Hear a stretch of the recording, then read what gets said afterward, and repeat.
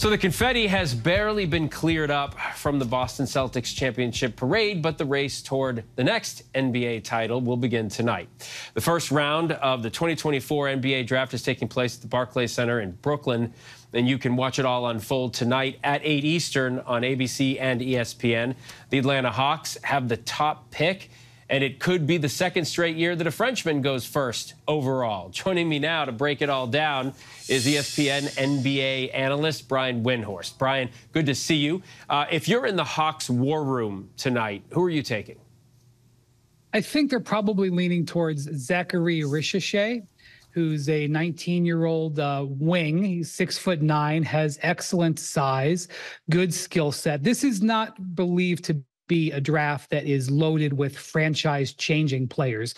What teams are looking for is potentially guys who can be maybe a contributor on a high-level team, and that's what Richichet is probably ticketed for. He's probably got the most complete skill set in the draft, which scouts say makes him one of the safer picks. The interesting thing with Atlanta is Alex Sarr, also a Frenchman, didn't want to work out there, and he was a candidate to go #1. And Sarr, turning down a workout there has maybe sent the Hawks a little bit away from him. And if he doesn't get picked by Atlanta, I think he's likely to get picked #2 by the Washington Wizards. Another intriguing prospect, obviously, is Bronny James. Maybe not so much because everybody thinks he's the best, but he is the son of NBA legend LeBron James. People would think that, yeah, it was something of a slam dunk, to use an NBA phrase, but that he would be drafted high. But it's possible he won't be taken at all, right? Is that a possibility? And if so, why? I think there's a good chance he will be drafted. I just don't know if it'll be in tonight's first round. The NBA sent out 24 invitations for the 30 picks tonight to come and be at the draft, players that they believe will likely be selected, and Bronny James was not among them. Now, as for tomorrow's second round, I think there's a good chance he's going to hear his name called. He has done a good job during the draft process of improving his stock. He's performed well in individual workouts and in measured workouts for in front of all the teams. But he is a little bit undersized by NBA standards, just 6'1.5" in his bare feet. He didn't show good shooting mechanics and good shooting results in his lone season at USC. So that's going to push him down into sort of the developmental zone.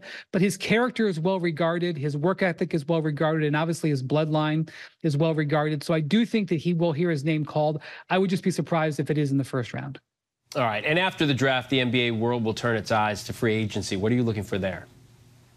Yeah, so there's a couple of big name free agents, but the most important one it really is Paul George. Paul George, he can be a free agent by Sunday if he doesn't get a new contract with the LA Clippers, but he's got an interesting situation. He actually has sort of 3 different choices. He can choose to re-sign with the Clippers now. He's free to do that now. He can choose to become a free agent and go sign with a team that has salary cap space to give him a deal worth over $50 million a year that he's looking for.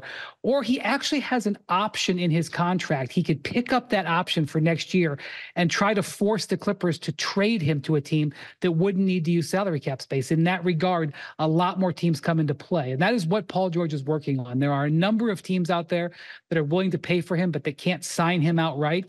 They would have to work out a deal with Paul George and work out a deal with the Clippers. This sounds difficult. It is difficult because the Clippers do want to keep him, but these types of deals have been worked out in the past. So as soon as the draft is over, a lot of focus in the league will be on what happens with Paul George, the top free agent name on the market. All right, Brian Windhorst, thanks so much for breaking it down for us. We appreciate it. And you can watch the first round of the 2024 NBA draft tonight at 8 Eastern on ABC and ESPN.